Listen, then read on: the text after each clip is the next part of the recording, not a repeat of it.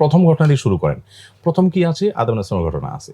আদম আলাইহিস সালামকে আল্লাহ সৃষ্টি করলেন, ইবলিসকে বললেন সিজদা করতে, সে সিজদা করতে অস্বীকার করলো। দেখেন এখানে কিন্তু রীতিমতো কি বলা যায়? এখানে চ্যালেঞ্জ এবং এখানে প্রতিপক্ষ দাঁড়ায় যাওয়া, এবং সেই প্রতিপক্ষ আজও আছে এবং কিয়ামত পর্যন্ত থাকবে। মানে সৃষ্টির শুরুতেই বাধা এবং আপনার চ্যালেঞ্জ, এবং সেটা হলো প্রথম ঘটনা। এটা কি বিব্রতকর নয় যে আদমের সম্মানার্থে সিজদা করো? আদমের সম্মানার্থে সিজদা করো, কেন তাকে সিজদা করব? আপনি তাকে মাটিতে তৈরি করছেন, আমাকে আগুন থেকে তৈরি করছেন, আমি তার চেয়ে ছোট কিসে, কেন আমি করব? এই যে একটা ফেরেশতাদের উপস্থিতিতে আল্লাহর নির্দেশকে এভাবে লঙ্ঘন করা, নিশ্চয়ই আদম আলাইহিস সালামের কাছে ভালো লাগেনি। নিশ্চয়ই আদম আলাইহিস সালামের কাছে এটা মানে কাঙ্ক্ষিত কিছু না। তো চ্যালেঞ্জ দিয়ে শুরু। এরপরে আপনি মূসা আলাইহিস সালামের কথা বলেন যে একের পর এক বাধা, ওনার জাতি ওনার কথা শুনে নাই, ফেরাউন তাকে হত্যা করতে চাইছে নানাভাবে।